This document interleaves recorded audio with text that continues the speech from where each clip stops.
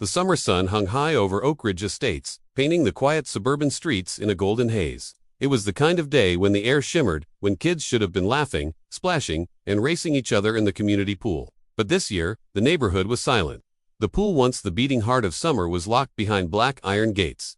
No splashes, no laughter, just a still sheet of blue water, glimmering behind a closed for maintenance sign that had been nailed to the gate weeks ago. Lena Carter stood there that morning, holding her daughter's hand, both of them staring through the bars. The sign looked official, stamped with the HOA's logo, but something about it felt off. Didn't they say it was supposed to open last week? Her son, Daniel, asked. They did, Lena muttered. But apparently, there's a maintenance delay. The air quotes came naturally because she didn't believe a word of it. For years, the pool had been the center of their community life. Birthday parties, barbecues, evening swims. It was where everyone met and connected. When the HOA announced it would close temporarily, no one thought much of it. But now, summer was in full swing, and the gate still hadn't opened. Weeks passed, and no one saw a single maintenance crew come through. No repairs, no equipment, no workers. But every night, Lena noticed something strange. The pool lights stayed on. If it was closed for maintenance, why were the pumps still running? Why was the water still sparkling clean? One evening, as she sat on her porch sipping lemonade, she heard it. A faint splash carried through the warm air. Then laughter, soft, distant, but unmistakable. Her brow furrowed. It was nearly midnight. She stepped off her porch, moving quietly across the dimly lit sidewalk. Following the sounds, as she drew closer, the laughter grew louder, echoing behind the black metal fence of the pool. Lena stopped. Through the gaps between the bars, she saw them for adults lounging in the glowing turquoise water, drinks in hand, soft music playing from a speaker. They weren't strangers, they were the HOA board members. Nancy Briggs, the HOA president, was floating on a raft, laughing as her husband poured her another drink. Two other board members lounged nearby, relaxed and carefree. Lena stood frozen in disbelief. The pool that was closed for safety reasons was being used. Privately, by the next morning, anger had replaced disbelief. She opened the neighborhood Facebook group and typed a post that would change everything. Does anyone know why the HOA board is using the pool when it's closed for maintenance? Asking for transparency. Within minutes, her post exploded. Comments poured in. Neighbors were furious. Wait, what? My kids have been begging to swim for weeks. I saw lights there at night too. But before the hour was up, the post vanished. Deleted. Then, Lena received a private message. From Nancy Briggs, HOA President. Lena, please refrain from spreading false accusations. This is a reminder that HOA communication must remain respectful. Consider this an official warning. Lena's pulse quickened as she read the message again and again. They weren't even denying it, they were silencing her. That's when she realized something. The HOA wasn't trying to protect residents. They were hiding something. The next night, she set up a small security camera facing the pool entrance. Just a cheap one from Amazon, but enough to see who was coming and going.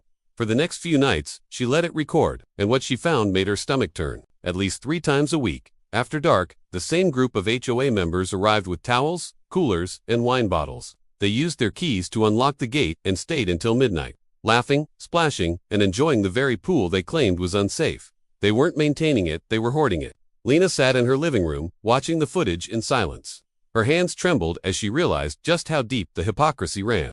It wasn't just about a pool anymore, it was about control.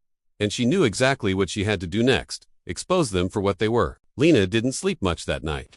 The sound of their laughter echoed in her head like a bad song that wouldn't stop playing. Every time she closed her eyes, she saw Nancy Briggs, smug, powerful, untouchable, floating in a pool, paid for by everyone else. She played the security footage again and again, confirming every face, every time stomp, every smug smile. There was no doubt now. The HOA had turned the community's pool into their own private club. By morning, her anger had hardened into determination. This time, she wasn't going to post online. She knew they'd just delete it again. No, this time she was going to do something they couldn't erase. She printed photos from the footage, crystal clear shots of Nancy and the other board members inside the pool. Then she slid them into envelopes and dropped them in the mailboxes of every house on her street. By the next afternoon, the neighborhood was buzzing like a hornet's nest. People were furious. Parents who had paid thousands in HOA fees each year gathered in driveways, comparing pictures and stories. It was like a spark had finally hit the dry grass. At 7 p.m., a crowd gathered outside the locked pool gate. Some held the letters in their hands. Others carried phones, recording everything. Lena stood near the front, heart pounding, watching as neighbors shouted, demanding answers. When the board arrived, Nancy at the lead in her usual heels and polished smile, the crowd turned silent for a moment. Then the shouting started. Why were you using the pool at night? You said it was under maintenance. We pay for that pool, who gave you the right?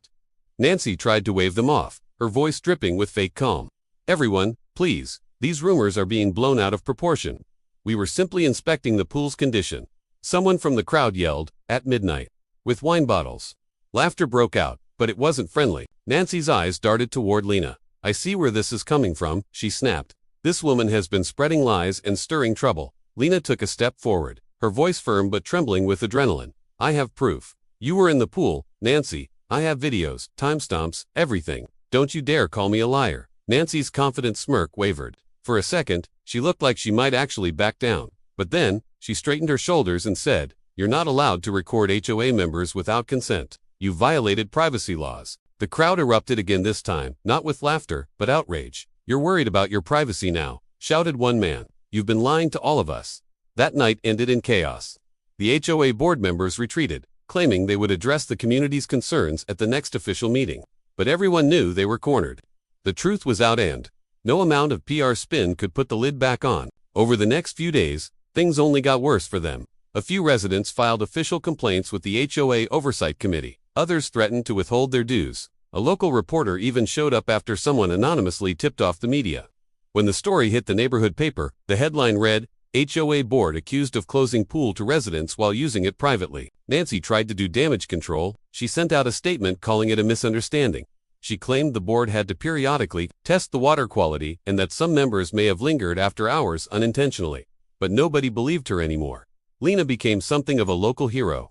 Neighbors she barely knew thanked her for standing up to the board. Parents dropped off cookies, thanking her for fighting back. But not everyone was happy. Late one evening, as she arrived home from work, she found a letter taped to her front door. It was from the Notice of Violation, Unauthorized Recording of HOA Property. Failure to comply may result in legal action or community penalties. Her stomach dropped. They weren't just embarrassed, they were retaliating. But this time, Lena didn't back down. She called a lawyer. Within 2 days, the lawyer confirmed what she suspected. There was no law against filming public areas of shared property, especially when misconduct was suspected. The HOA was bluffing, trying to intimidate her. So instead of staying quiet, Lena did the opposite. She took everything, photos, videos, letters, and sent them directly to the state HOA Compliance Division. If the board wanted a war, they were about to get one.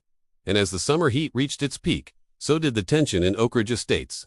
The residents were angry, the HOA was panicking, and the one thing everyone was waiting for was the next official meeting scheduled for that Friday night. That was when everything would. By the time the board meeting rolled around, the neighborhood felt like a pot about to boil over. Parents were angry. Teenagers were mocking the HOA on social media. Even the quiet elderly couples, who usually stayed out of drama, were whispering about Nancy and her midnight swims. That evening, Lena arrived early. The small community center was packed, standing room only.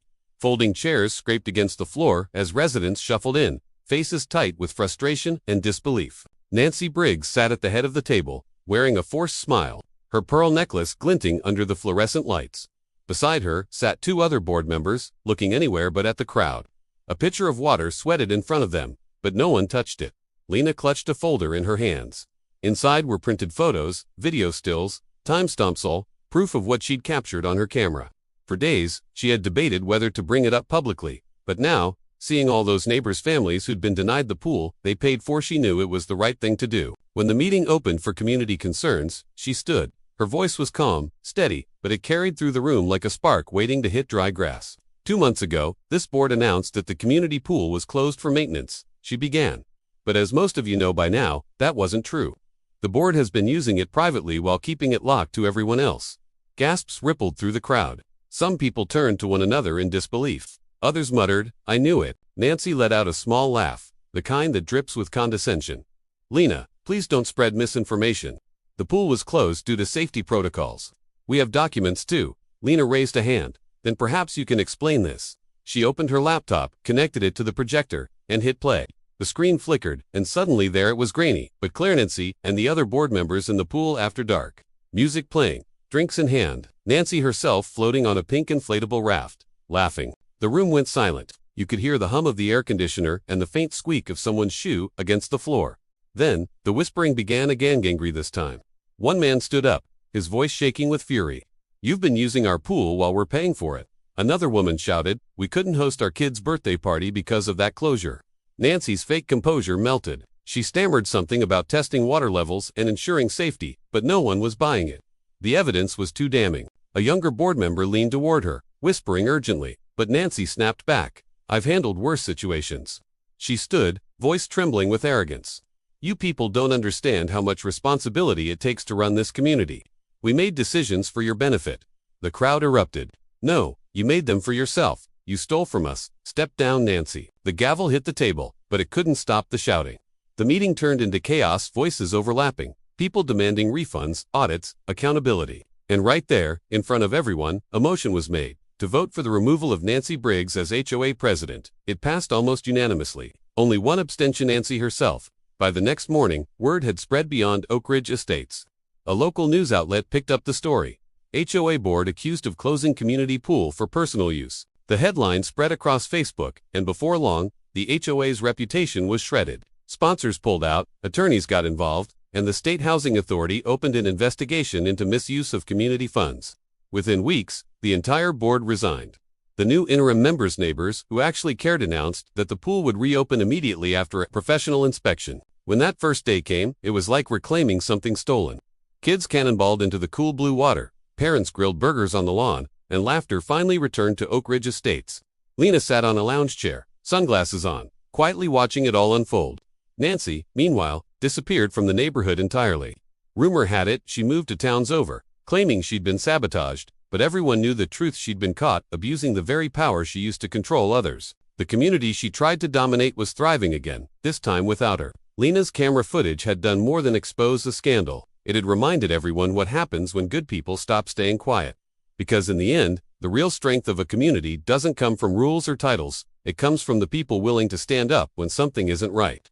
And that summer, as the sun set over the shimmering water and laughter echoed again through the air, Oak Ridge Estates finally felt like home.